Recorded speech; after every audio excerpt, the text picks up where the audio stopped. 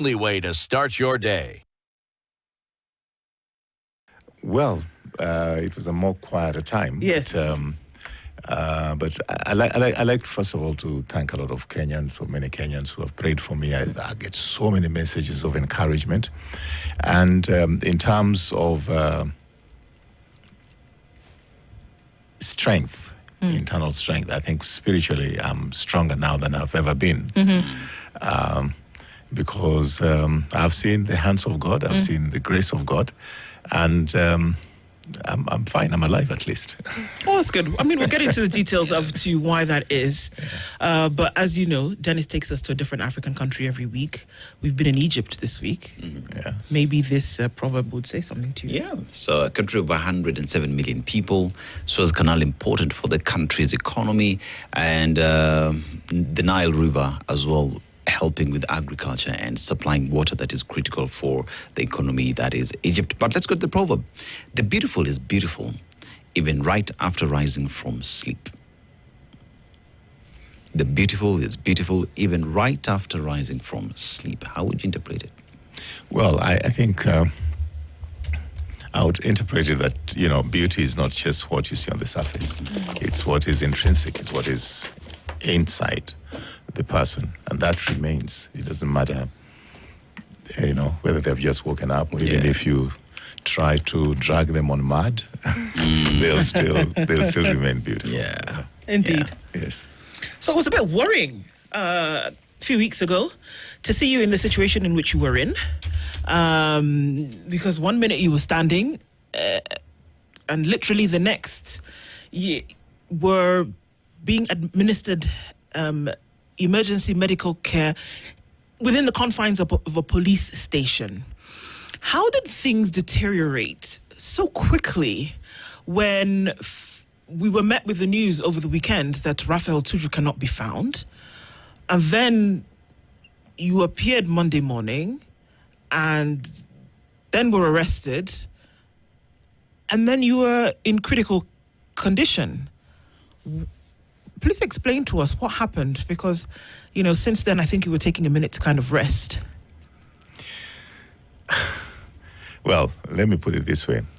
My dairy business park at the moment has got more police vehicles than the divisional police headquarters. So it certainly means that there's somebody very powerful who is got an interest in my property. What happened on the Saturday when I had to take cover was that from the previous day, I'd noticed that I was being followed by some vehicle. Okay. And it so happened that on that Friday, the police OCS of Karen Police Station came to my facility. They were on a routine. They normally go for security reasons. In fact, at that particular time, it was supposed to be an alert on possible terrorism attacks in Nairobi. So, I don't want to go too far into that, but they came because our facility has a lot of foreigners who come in, and a lot of, high-end individuals who come to the facility. So they came to warn us just to increase our security. So, of course, in passing, I told them, look, I'm a little bit concerned that I'm getting some vehicle which follows me. But, I didn't take it very seriously because I did increase my security detail. So at any given time, I would have one or two vehicles in my security detail. And what happened is that this particular OCS decided to go and, make an OB on that particular mention that I gave to her. Is a her. But then all of a sudden on Saturday, about 6-something, almost 7 o'clock, I was heading to a radio station for an interview. And I think they'd been promoting it on air. Yeah. So that made me particularly vulnerable. I realized that made me vulnerable. Yeah. So, of course, getting into, I would overtake. They would overtake. Of course, my security vehicle noticed this. And then, of course, after a roundabout, I took a very sharp turn to the left, and it was such a sudden turn that they passed. And of course, it's a one-way, so they couldn't have turned around. So that gave me the exit into a current area where I had to make calculations. Do I continue to drive, in which case they could still meet me? I don't know how many vehicles there are which could be following me. Yeah.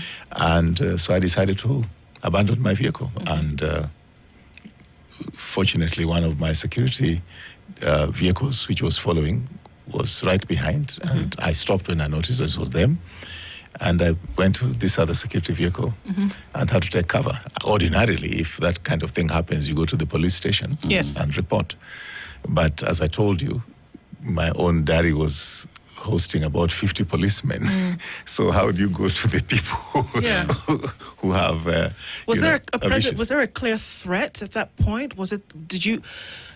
When you talk about them being close to you in the proximity of your vehicle following you, did you feel that somebody was going to arrest you? Did you feel that you're going to be taken? What was the fear at that point that would make you leave your vehicle? I think the threat on me is real. Okay. And and you have to assess who is likely to be after you. So I think on 9th of this month, was it this month? Yeah, 9th of this month, when some people were arrested at my place by EACC. Maybe you've heard about that. You've heard about that. Yes. That some people were arrested at my place by EACC. Yes. As these people were being arrested, of course, they were trying to shake money out of me on behalf of a judge, and that case is going on. I'm a witness. Yeah. I don't want to go into detail. But one of the people who was arrested at my premises, he had a gun and he had to be disarmed. All right? Okay. Now, these are people of the underworld. He was arrested, and the first thing which had to happen is that he was disarmed. The case against them is pretty open and shut. Okay. All right?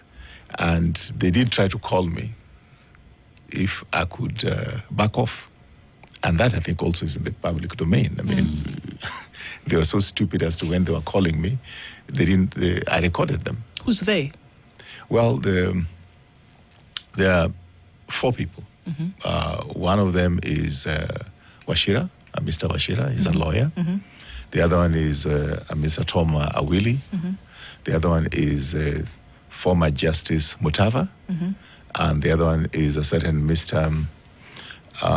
What is his name? Is Mr. Mbau. Okay. Right? Okay. So they were arrested, and I think that is in the public domain. The pictures are all there and so forth. But so Tom Awili called me and said, the discussions which are there are in the public domain because I recorded it. As late as last week, Wachira did try to call me, and of course I refused to pick the call. So the people like those would have an incentive because I'm the chief witness in the bribery case, which involves this judge. It is incontrovertible evidence, but I don't want to go into that because if you are that innocent, why did they go to court to try and stop their being investigated? I mean, if you are innocent, you simply accept to be investigated and give your alibi as to how you get into this scene. That is one. In my East African Development Bank case, the chief witness of the bank, who was the manager in charge of Nairobi, recanted the evidence that they had given to court, the evidence that they had given to the police. And Fredo Jambo is a person who is under investigation. The only reason why he's not under investigation at the moment is because he consorts with Mohammed Mohammed, so to speak, and I can say that with confidence because I have got evidence. And officials of the bank are facing criminal charges at the magistrate's court. And this is not being prosecuted by me. This is being prosecuted by the DPP and the Attorney General. Okay. Right? So it's not hearsay. Okay. So in all this, if I add the fact that there was a fake auction of my property, one bidder, the property was valued at 980 million. They allegedly bought it for 420. There's just one bidder. And that auction had been stopped by court. Right? And the evidence is there. So, of course, if this person is very determined to have this land, I'm the only person who is standing between them and that land. So there are enough people who would want to see me out of the surface of the earth. Sure. Yeah. I mean, I can understand that. Sorry. But something doesn't sit quite right, Raphael. And to understand that night, that first Saturday when there was news everywhere that Raphael Tuju could be missing, what it did in the minds of many people was that it caused a stir of worry and concern. Of course. And that they said, okay, well, if this is as a result of this case, does that mean that there's state operation in still disappearing people? So you can imagine what that did in the minds of not just Kenyans, people who then are active in the space where abductions and things like this, they're fighting for them to not happen. So for people on Monday morning to find out that you were actually not abducted, you were not kidnapped, you were not apprehended by state operatives, it did something in the minds of people. To ask the question that was there something else going on? And so you have to answer to that. Yes, I need to put answer. some of those things to rest. I need to answer to that. Yeah. I think the first thing is that it's an indictment of state. The state that when somebody disappears, they become suspects. It's an indictment of the state itself. All right? The next thing is also an indictment of the state that when I'm in danger, then instead of running to the police for help, I run away from the police. That's an indictment of the state. Because the state had used its apparatus at 2:30 a.m. to raid my place without any legal basis. They had no orders to evict me. They were acting on behalf of somebody else. All right? And until today, they have not been able to get such an order. Yeah. Indeed, I do have orders which maintains the status quo. But they are trying to make sure that status quo does not happen by stopping me from getting in, getting my... I had 23 tenants there. They have kicked all of them out. All right? Which amounts to economic sabotage in the sense that they don't want me to get the kind of rent that I get in that place, which of course is injurious to me, injures me financially because the rent which is being paid by those people is attached to a bank loan for having improved that place. So it's economic sabotage, so to speak, because they have absolutely no reason to be there and they have not been able to explain. So it's really a pity that we have reached a situation like that. And then when I came out on Monday, and there was a reason why it took a whole day. If I came out on Sunday, I had to make sure that I called some of my political colleagues. I had to make sure that I'd arranged the media when I'm going to come out. Because if I just came out and said, yes, I'm here, they would have come for me. And they did come for me. And I don't know who was following me. And when they came for me, I said, okay, fine, let me go to the police station and you interview me, make a report. I'm not running away. I'm not a flight risk and so forth. But you saw how they handled me. All right? So that was not friendly handling. I mean, they threw me down like a sack of potatoes. I injured my back because I do have 3 vertebrae on my back, which have joined with 7 screws. Now, if you throw me on the ground like a sack of potatoes, it's almost attempted murder. Okay? I mean, Raphael, I look at a position just on order of events. You took the initiative to increase your security detail. Yes. Because in one way or the other, you felt your life is on the line, is under threat. And at the time when security officers came to your premises to increase, to do their routine checkups, increase security because of the terrorism threats that were there, right? The OCS at the time took the matter and reported an OB. That means she had picked up the matter and she was following up to understand what exactly is happening that you feel your life is under threat. And at the time when these individuals were following you up, or rather now as we speak today, what is the progress of that OB report that was filed by the police? Because one would assume that after Tuju disappeared, he's showed up. There is an OB report that had been reported way earlier, and that investigations went into that to give a report on where they are with that. Any information with that? You know, I would be very naive to imagine that the current, say, for example, DCI would investigate. I did report to the DCI an incident in which Fredo Jambo uttered false affidavits. He presented a fraudulent affidavit. I gave them the names of witnesses, not only witnesses, court proceedings, which are on record in court, that it was obvious. And he had claimed that the affidavit was witnessed by a commission of oaths, and that is not the case. There was no commission of oath witnessing of that particular affidavit. Straightforward criminal things. That I reported in, I think it was January 5th. It is April. They have not even interviewed Fredo Jambo. Yeah. They have not even interviewed any of the witnesses. They have not come back to me. So, if there was any indication that these people could investigate, then that would have been one. But then you get a situation in which some 20 or so police Land Cruisers get into my facility with policemen wearing balaclavas. Yes. And getting into my premises without any eviction order, whatever the case may be.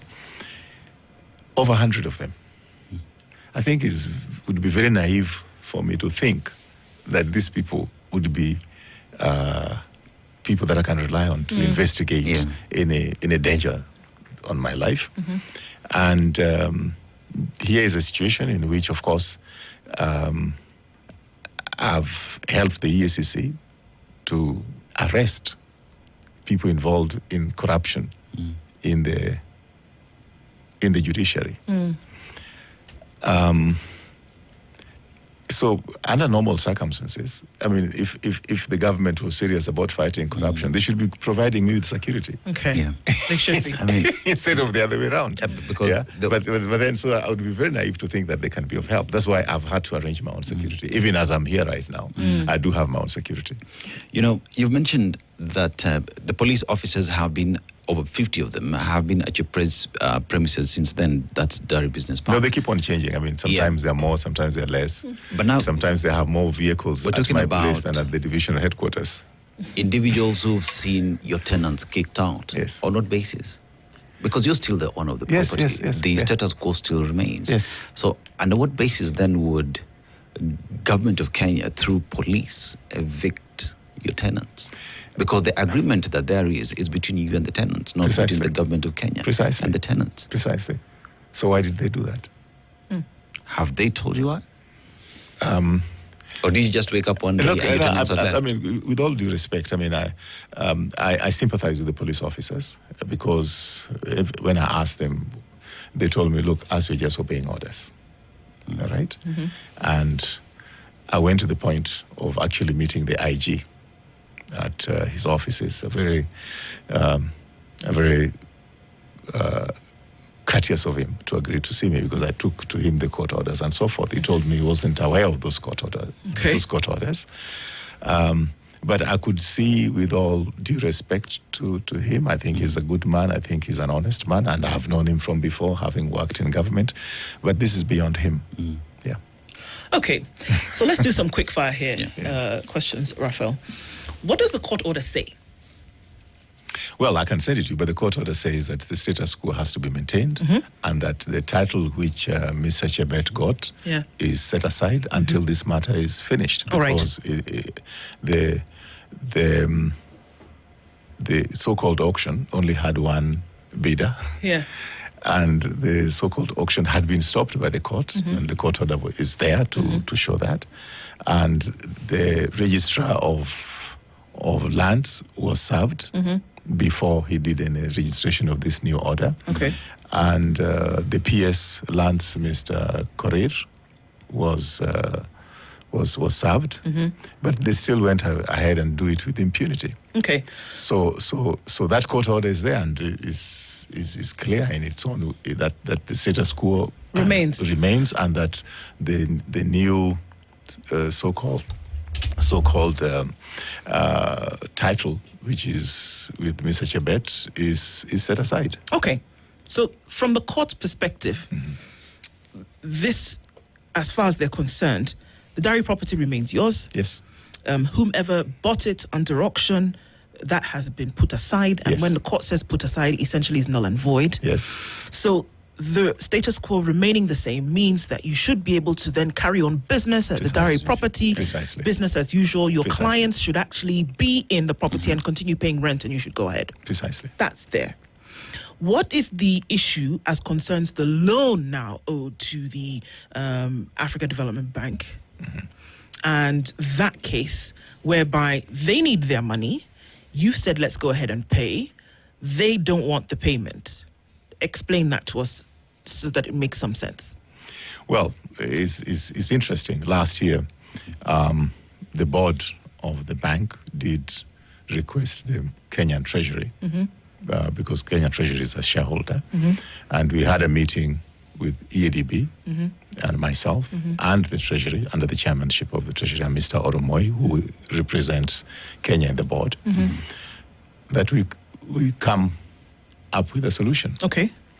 Mr. Mono, who is the acting chief executive of East African Development Bank, attended. But he said that he didn't have the powers to make any decisions. Okay. So he told me, can you give us your proposal on the way forward? Yes. And I gave them a proposal of the way forward. You violated the contract. I'm ready to pay you the money that you lent for this particular project. Forget about any damages that may be there. And we wrote that letter on April 14th. We met on April 14th last year, and then April 16th, I gave them the proposal as per their request. They've not been back to me yet. Okay. So these two scenarios are operating parallel to each other. Yes. The money owed to the EADB is a Raphael Tuju business issue over here. Yes. This property having been sold to somebody else, who presided over this procedure? Who was involved? Because there's got to be somebody who said, okay, well, we can go ahead and sell this thing. It can be up for auction. Why would it then be up for auction out of the blue? I mean, it's like my property. Somebody can come and decide that they're selling it to somebody else, unbeknownst to me. In the presence of a court order. Right, in the presence of a court order. So how would that process then have taken place? Is impunity. In fact, there was no auction because they are not able to produce, and this is the things we discussed in court. There were no other bidders. It was a single bidder. Because they are not able, because first of all, when you do the auction, they're supposed to have a bid bond. I'm sorry, but Raphael, but why would there be a proposition for sale if the owner of the business has not put this thing up for sale? Those are the questions that I think Kenyans should be asking. I mean, definitely, it's just impunity. It's impunity. It is impunity, pure and simple, that they think they can get away with it. And that's why I'm saying that when I say my life is in danger, I'm the one standing between them and that property. Okay. Of course, that's number one. And I know that there were enough people who are interested in that property because of the Talanta Stadium. It's not too far from that, is it? It's not far from there. It's got very good access to it. And it is a matter of interest that, fortunately, for some of the people who are interested in that space, they did approach me, but I did notice that Kefri advertised availability of 5 acres in the forest near Talanta Stadium.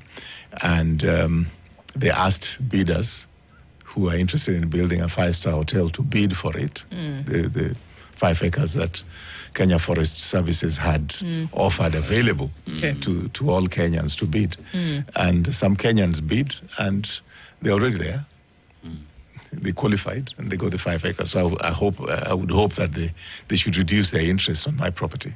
I mean, you know, what you're talking about doubles up on the rule of law. Yes. Why do I say that? Because this is, Raphael Tuju is not just any other ordinary Kenyan. You've served this country as a cabinet secretary, you know. And a matter that involves you then is something that is well within the who and who's of the Republic of Kenya, right? And when we talk about the land that is where Dari Business Park sits on, it is something that as well has been in the media circles, has been in court for a very long time. That a court order has been given, yet we see an auction process that continues to go on despite a court order stopping it, and that we see a title deed has been processed, because who processes title deeds? It has Government. to come from government, Ministry of Lands. So then, is this then a long chain of individuals, then government, who want to see Raphael Tuju out? No, I think is not just a Raphael Tuju affair. I think you're seeing so many other people suffering the same fate. The Raphael Tuju one is just because I'm in the public domain. Is because, again, I do have a certain amount of gravitas to be able to put up a fight. So other people with prime property Yes. could be, you know, pushed out of their property just of because course. you can. Yes. Okay. And of course, this is happening. I think it's not news. I think even this last week, a few other cases have come from Kiambu and from other places. So it is impunity. Some people think they can get away with anything. I mean, if you look at the papers on any given day, even the headline today, 8 billion dirty fuel bill. How can things like those happen? Unless it is because there are certain people in certain positions in government who think that they can do anything and get away with it. Let's take a break at this point, because then we're going to come back, because you then went ahead and scared people a little bit more, Raphael, and you said, okay, if I do disappear or if I turn up dead, bury me in a very short period of time. And then we wonder, did it have to go to that extent, or is it that bad? So let's come back from this break and find out a little bit more. Raphael Tuju is with us in the Situation Room this morning, trying to unravel all of this and what it means. And then will business actually continue at Dari? We'll come back and find out more. Don't go away. This is the Situation Room, the only way to start your day.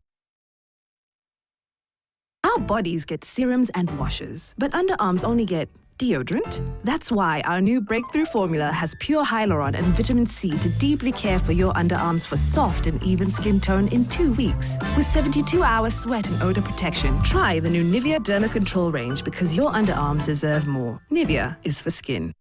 Posted yesterday? Still no calls? Your brand deserves more than silence.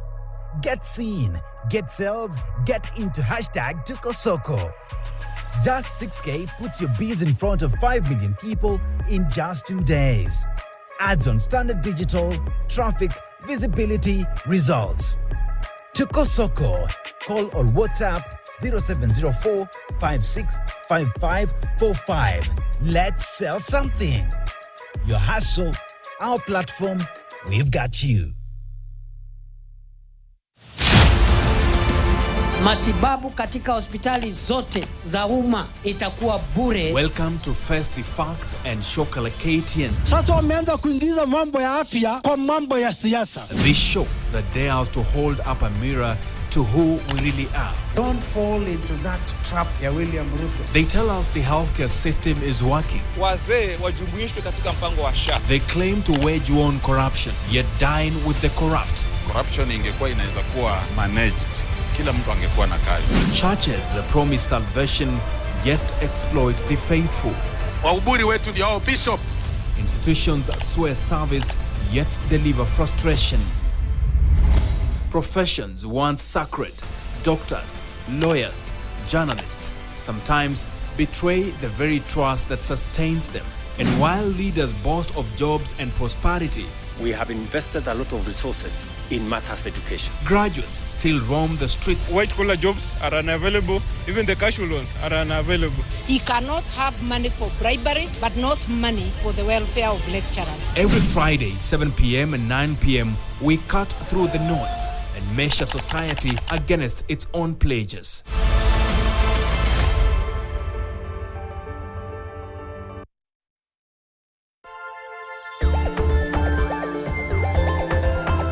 I was in Nigeria doing some job, but when I come to Kenya, I discovered like I have this passion on cooking. We are hereby to produce to make a eforiru. It's West African dish. Our spinach is ready. Then we have red caps, and we have chili. Then we have momo, that is cow skin, beef, which is red. Then top side. Then we have matumbo. Then we have dry fish. So everything will be together, and the taste we can come outside. All right, let's see how it goes.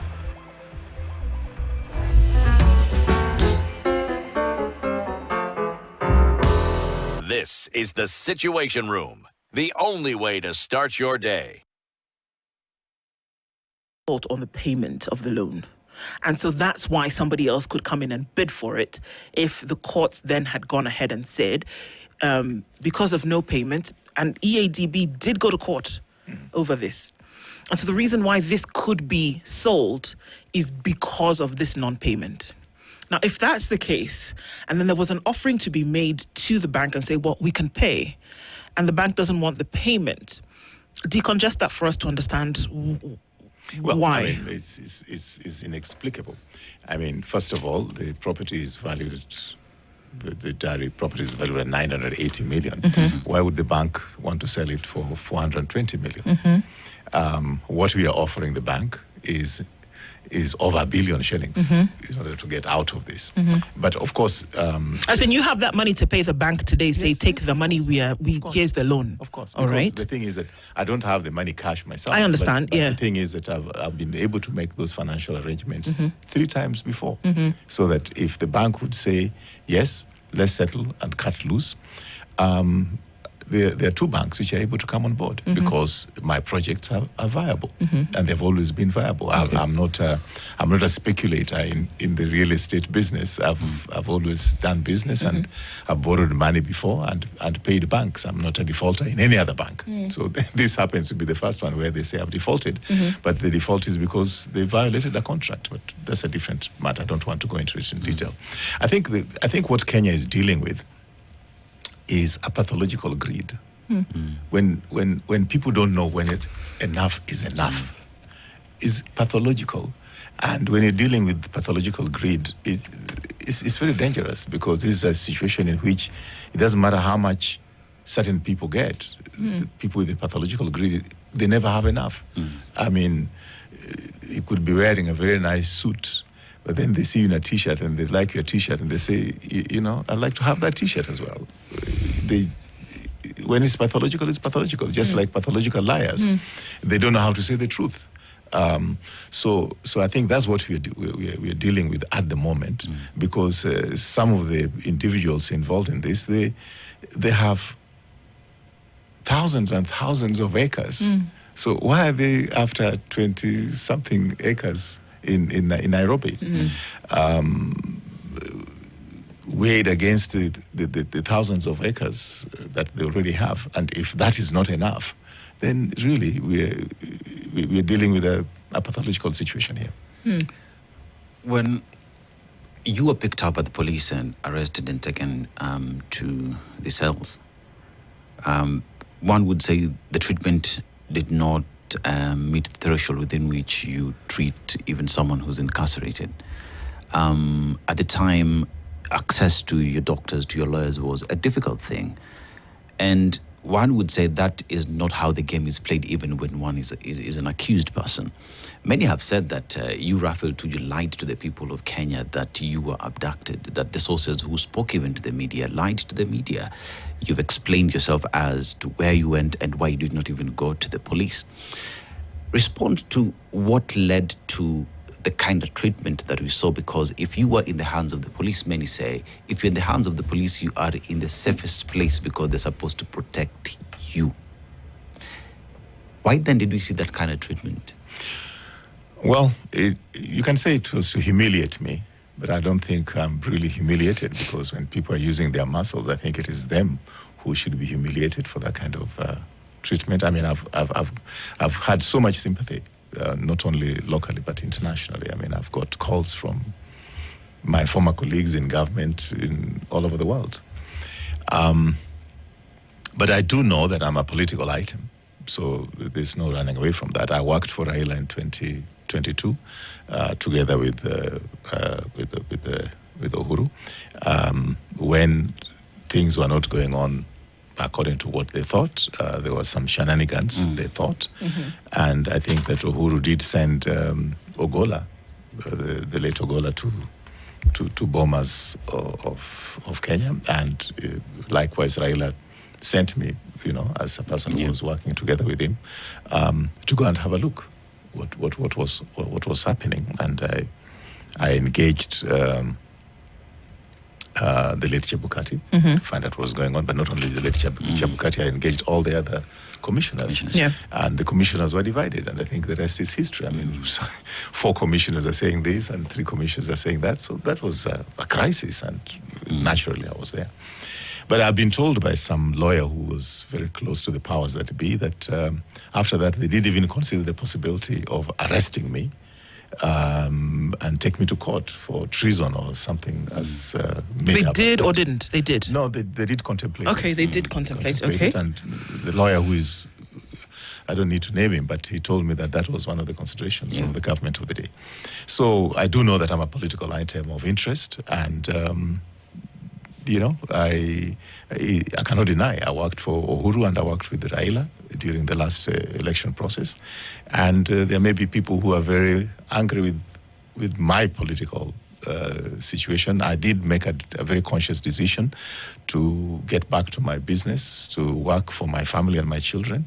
I resigned from Jubilee and I resigned from Azimio so that I can just concentrate on my life, which always went on even before I went into politics. I was reading news.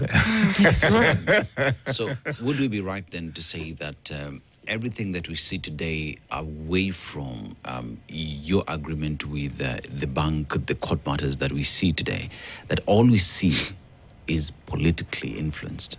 Well, I would be very naive not to think that there's some political influence on this, because why should there be more policemen and more police vehicles at Dari Business Park than you get at the Langata Divisional Police headquarters? Yeah. I mean, that's not a gazetted police station, so why should there be so many policemen there with their vehicles? Yeah, so unless I'm very naive, I can only read politics in it.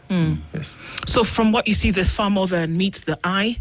And the thing about cases like this is that it's tried in the court of public opinion, and that opinions sometimes then form narratives which will be carried. And the truth is that the only people who know the truth are the people who know the truth. In cases like this. Is there anything else from where you sit that could be the case beyond the things that you've mentioned that could then influence what is actually ordinary in the lives of very many people? Land issues, court issues, debt issues, back and forth. But this seems to have been carried out in such a way that we've thrown in politics, thrown in, vendetta, thrown in so many other things, which again goes back to the question that, is there anything else that could be the reason behind this, save Raphael Tuju was seen having a conversation with somebody about what could have influenced the result of a general election, and that didn't sit right with somebody, and that, his land could be taken. It could be anybody. And that, yes, you do have political gravitas. As somebody who was in an influential position in government, I think the Super CS started with you, kind of thing. But the questions still abound. That what is this thing? Is there something that there seems to be a queen bee somewhere? Yeah. I think it's a multiplicity of issues. But I think for me the most important thing, which really should be of concern to Kenyans, is the rule of law and a credible judiciary. And that's because a failed state normally is defined by failure in the executive, corruption in parliament, failure in various sectors. But the moment you have failure of the judiciary, then the country is gone. Because then what then happens is that then people take the law into their hands. People develop militias. So that, like in this case, how can we have a situation in which there's corruption in the judiciary, and it means that then it completely undermines the rule of law, so to speak. So for me, I could be on trial. I mean, EADB could be on trial. Like, for example, I just give you this. Maybe there are too many moving parts in this particular case. The EADB operates under an EADB Act of 2014. This has been declared unconstitutional because it gives the EADB gives the Minister for Finance the opportunity to be able to get money sent to EADB without parliamentary approval. And also not to be audited. Okay, so there's a hole there, and unfortunately, this EADB Act was made into Kenyan law in 2014 when after you had taken the loan. No, before I took the loan. Okay. And who was the Attorney General who presented in Parliament? It was Githu Muigai. And at the same time, Githu Muigai's farm of Muigai and Nyaoga were acting for EADB. So there's serious issues of conflict of interest. But then now it has been declared unconstitutional. Because surely how can you be getting money from the exchequer? So if that's the case, then they should not have been able to offer you the loan in the first place.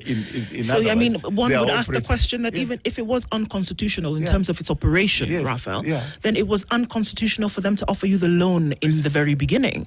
No, even any contract it has got issues because that EADB Act allows them to operate outside the Banking Act. And when you operate outside the Banking Act, which means that any violations cannot be dealt with by the central bank, which is the regulator, which it is not regulated by the central bank. Now, as a consumer, if you say these are hospitals and people come here with the stethoscopes and dust coats saying they're doctors, I mean, all you have to do is to dress differently and move. I can convince you. and say you're a doctor. This is the Situation Room, the only way to start your day. School is out and the fun is in. Feast your eyes and your kids' hearts on a feast like no other with StarTimes. Wow, that's amazing. Recharge your monthly subscription today and get upgraded to the next higher bouquet for 1 full month. Say yes to playful giggles on Baby TV and Gym Jam, a world of adventure on CBeebies and learning that feels like play on Mindset Learn. The magical worlds of ST Kids Plus, ST Tunes and non-stop action on Toonami and Boing. Simply renew your subscription on your current bouquet and we'll automatically move you to the next high bouquet for 30 days. There's something for everyone. Live La Liga and Bundesliga action, blockbuster movies on ST Movies and Z Cinema, and captivating drama on Gangs of Manila Season 3. Download the StarTimes On app to stream live on the move. StarTimes. Enjoy digital life. This is the Situation Room, the only way to start your day. They have not argued against that. They are now arguing that they want to be given more time to operate outside the Constitution. That is what now we are fighting in court in in the Constitutional Court. So it was a mafia, right? The officials who are involved in this particular matter are facing criminal charges in court. They have gone to the Constitutional Court again to say that they have diplomatic immunity, which is outrageous because diplomatic immunity does not protect you from criminal charges. I mean, an ambassador cannot rape their house help and say they have diplomatic immunity. Whatever is criminal is criminal. So in this particular case, they are facing criminal charges on this matter. And they had no response except that we are immune. I mean, beyond Tuju, the politician, the businessman, Tuju who's in court fighting with the EADB, there is Tuju the person. Tuju the individual father out there. And we see immediately after that there is what happened at home, you with the Council of Elders and decisions that you did made. How has this been for you as an individual, for your children and the community that you do serve? Well, definitely my children are very traumatized. My children don't even want me. When I leave home now, they insist on asking me, where are you going? Who are you going with? Who is the driver? And who is the security detail? They almost want to know, even as I'm here now, they want to know that I'm here. I have security to tell them, yes, we have arrived at Spice FM. Yeah. And when I leave this place, they'll want to make sure they'll follow throughout that where you know, which road are you in at the moment. So it's very, very traumatizing to my kids, extremely traumatizing. But I think that there are many Kenyans going through worse situations. There are Kenyans who are being robbed of their property. They don't have the same kind of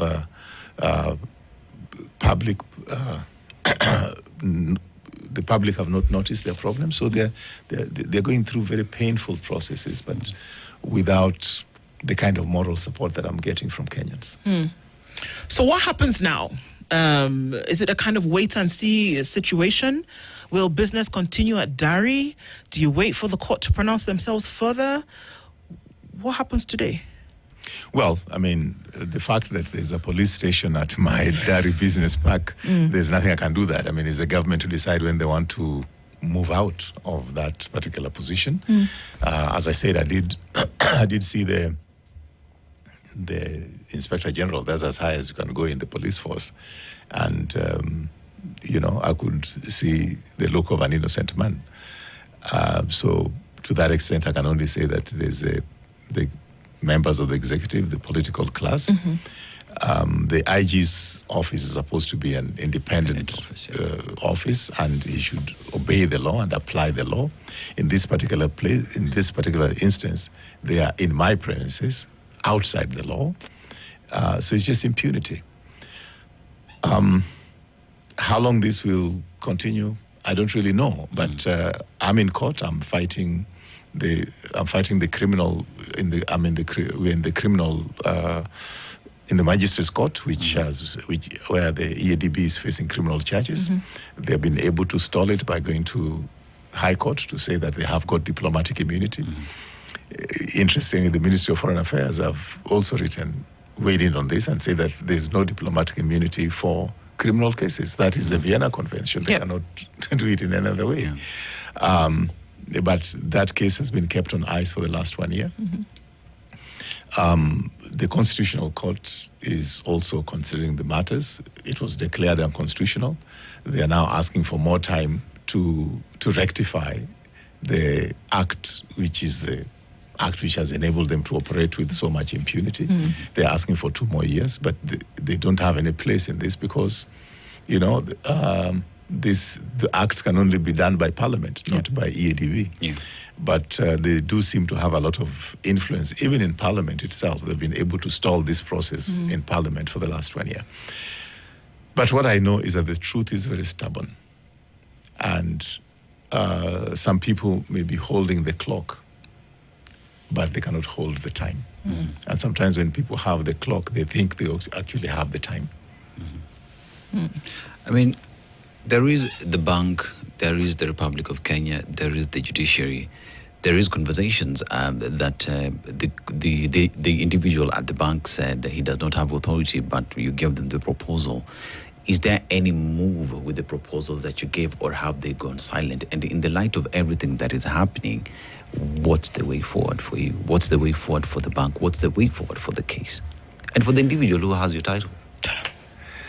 Well, I think that's what's supposed to be dealt with in court. I don't want to prosecute my case on air. But I think that what is on trial is also our judiciary. Yeah. A judicial officer has been accused for being involved in corruption. The EACC have got the evidence. Yeah.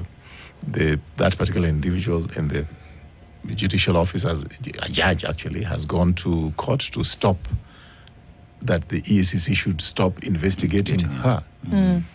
I think that there's an interesting development, because if you have nothing to hide, you present yourself to the EACC, which just got the mandate to investigate allegations of corruption, and say, hey, this is this is the position. I mean, if those people are arrested, they must have been just impersonating me, and I've got nothing at all to do with this. But there's enough triangulation which connects her to those people, and I don't want to get into that because I'm a witness in the court process.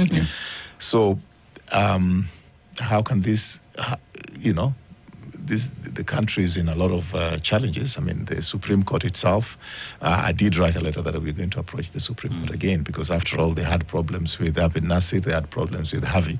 So their problems with me, I think, is something that we can be able to resolve. Because I never asked the judges to recuse themselves. They recused themselves on their own motion, so to speak, because I knew that that's the final court. So let's see how it plays. Definitely want to see how it plays. It was good to get some clarifications in terms of what has been happening. Things that play themselves out in the court of public opinion then oftentimes need public explanation. Thank you. Thank you for being here with us this morning, Raphael. We can't run away from saying I wish you definitely all the best in all of this. And that, like you said, you may hold the clock, but you don't hold time. And the truth is stubborn. It will come out at some point. Thank you for being here this morning. And we look forward to a time when some of these things can actually be sorted out and people can move on. Thank you. And thank you for giving me the opportunity to explain myself. For sure. Good morning. 8 a.m. This is the Situation Room, the only way to start your day.